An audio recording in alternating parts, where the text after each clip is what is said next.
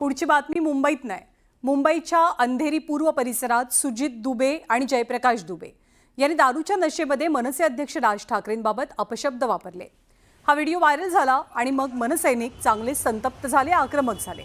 मनसेच्या कार्यकर्त्यांनी दुबेच्या अनधिकृत वॉशिंग सेंटरची तोडफोड केली आहे। त्या MIDC पोलिसांनी तात्काळ या सर्वांना अटक करून गुन्हा दाखल केला आहे।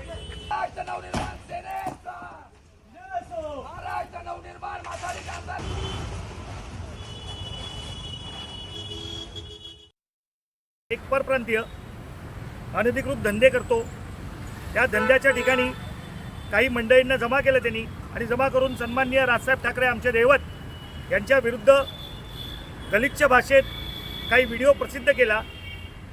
आमच्या अंधेरी पूर्व विधानसभेतील मनसैनिकांनी त्वरित माझ्या निदर्शनास आणलं। आमच्या निदर्शनास आणल्यानंतर महाराष्ट्र नवनिर्माण सेनेच्या वतीने ज्या पद्धतीची कारवाई करायची ती आम्ही केलेलीच आहे।